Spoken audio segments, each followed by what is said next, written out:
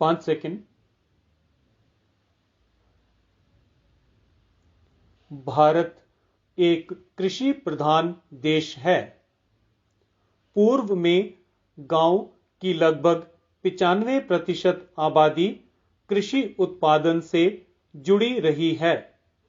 पिछले कई वर्षों में हमने देखा है कि लोगों का कृषि के प्रति रुझान कम हो रहा था और कृषि उत्पादन में बेरोजगारी सी छा गई थी, क्योंकि पूर्व की सरकारों ने किसानों के कल्याण के बारे में नहीं सोचा।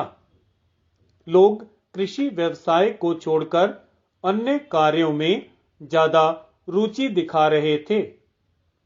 वर्ष 2014 में जब हमारी सरकार बनी तो माननीय मोदी जी ने कृषि उत्पादन को बढ़ावा देने व किसानों का रुझान कृषि उत्पादन की ओर करने हेतु अनेकों कदम उठाए और उसमें हम आज सफल होते नजर आ रहे हैं।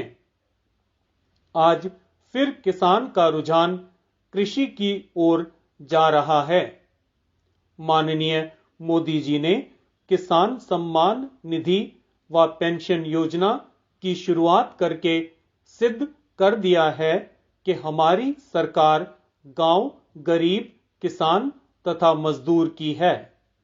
मुझे खुशी हो रही है कि हमारी सरकार ने किसानों की आय दोगुनी करने का जो संकल्प लिया था, आज हम उसमें सफल होते नजर आ रहे हैं। पहले लोग कहने लग गए थे कि चलो शहर की ओर, लेकिन आज कहते हैं चलो गांव की ओर। हमारी सरकार ने किसानों को सीधे बैंकों से जोड़ दिया है ताकि किसान को 100% सरकार का लाभ मिल सके।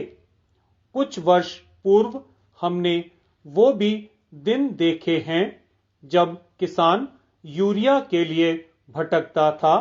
आज खाद व अन्य सामग्रियां आसानी से उपलब्ध हो रही हैं। महोदय, भारत गांव में बसता है, यही सोच रखते हुए आदरणीय प्रधानमंत्री जी ने ग्रामीण विकास पर ध्यान दिया। शौचालय देकर महिलाओं का सम्मान बढ़ाया, मुफ्त गैस कनेक्शन देकर महिलाओं को स्वच्छ व सरल ईंधन दिया, गांव में मुफ्त बिजली कनेक्शन दिए जा रहे हैं। गांवों को प्रधानमंत्री सड़क योजना से जोड़ने का काम भी हमारी पूर्व की माननीय अटल बिहारी वाजपेयी जी की सरकार ने ही किया था और आज माननीय मोदी जी उसको आगे बढ़ाते हुए गांवों की छोटी छोटी आबादी को भी सड़क मार्गों से जोड़ रहे हैं। सरकार ने किसानों के नुकसान की भरपाई करने के लिए प्रधानमंत्री फसल बीमा योजना चलाई, लेकिन इस प्रधानमंत्री फसल बीमा योजना से बीमा कंपनियों का ज्यादा फायदा हुआ। प्रधानमंत्री फसल बीमा योजना को लेकर किसानों की मुख्य शिकायत यह है कि भुगतान में हमेशा देरी होती है। किसानों का तर्क है कि यदि उनकी फसल को बुआई के समय किसी कारण नुकसान पहुंचा तो इसका मतलब है कि उन्हें उस साल खेती से कोई कमाई नहीं होगी। नतीजतन अगले सीजन में बुवाई के लिए उनके पास पैसे नहीं होते हैं। महोदय, हमारे युवा ही देश की सबसे बड़ी ताकत हैं।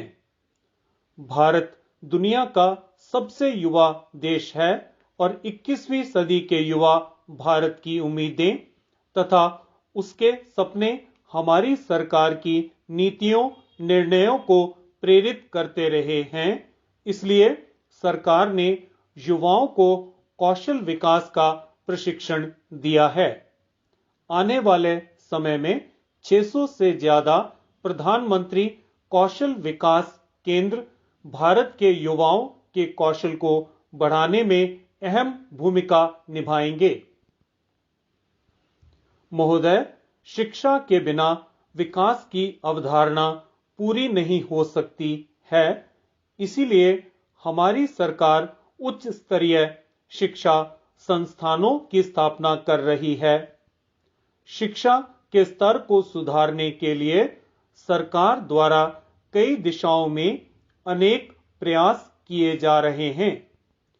युवा केंद्रित खेलो इंडिया अभियान के तहत सरकार देश के कोने कोने में रहने वाले प्रतिभावान खिलाड़ियों को पहचान कर उन्हें आगे बढ़ाने का प्रयास कर रही है।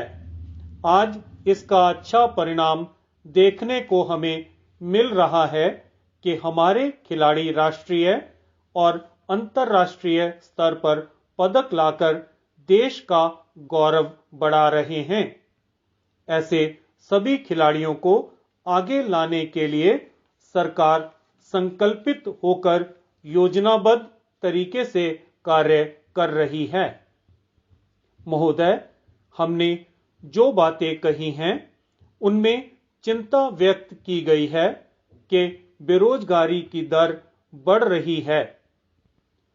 हम देख रहे हैं कि जो आबादी है इसमें लोग एक तरह से गांव से शहरों की ओर तेजी से आ रहे हैं और बदलाव हो रहा है। उस तेजी से आते बदलाव का कारण एक ही है कि वे अपने बच्चों को अच्छी शिक्षा दिलाने का उपाय करना चाहते हैं। अच्छी शिक्षा दिलाकर उनके भविष्य को सुधारने का उपाय करना चाहते हैं। इस दृष्टि से भी गांवों से जो लोग शहरों के अंदर चलकर आते हैं और जो बच्चे शिक्षण करने का उपाय करते हैं, उसमें हमें शिक्षा का अंतर भी मिटाने का उपाय करना होगा। हम देख रहे हैं कि शिक्षा की नीति बनाई गई है और सर्व शिक्षा अभियान चलाने का काम किया है। यह बहुत अच्छी बात है कि कम से कम हम लोगों को शिक्षित करने के लिए तो उपाय हम कर रहे हैं। हम समान और समता रूपी शिक्षा देने का काम कर रहे हैं। हमें राष्ट्रीय शिक्षा नीति की जरूरत है। राष्ट्रीय शिक्षा नीति बनाने का अर्थ यह है कि हमें एक ऐसा पाठ्यक्रम बनाना होगा जिसमें गरीब से गरीब के बच्चे को भी और अच्छे साधन संपन्न व्यक्ति के बच्चे को भी एक प्रकार की शिक्षा मिले। गांव में शिक्षा की दृष्टि से क्योंकि यह राज्य का विषय भी बन जाता है और केंद्र में उसकी दखलंदाजी उतनी नहीं हो पाती है, इसलिए राज्य के विषय के कारण से राज्यों को भी उतनी ही चिंता करनी होगी जितना कि हम यहां से करते हैं। अभी केंद्रीय विद्यालय के माध्यम से शिक्षण का जो काम चला हुआ है उसकी काफी प्रशंसा हुई है और काफी यश मिला है। निश्चित रूप से ऐसे प्रशिक्षण और ऐसे शिक्षण करने की व्यवस्थाओं को जुटाना होगा। हमें गांव की शिक्षा के स्तर को ऊंचा उठाना होगा। गांव की शिक्षा में व्यक्ति पढ़ लिख कर आगे बढ़े तो आबादी का जो पलायन हो रहा है वह शहरों की ओर नहीं होगा। मुझे यह कहते हुए गर्व है कि हमारे लोग दुनिया के अंदर जहां भी गए हैं उन्होंने अपनी योग्यता के आधार पर अपना स्थान बनाया है। हमारी सरकार इस बात पर विशेष रूप से ध्यान दे रही है कि शिक्षा का स्तर हमारे उद्योगों की मांग की पूर्ति करने के लिए पूरी तरह से सक्षम हो।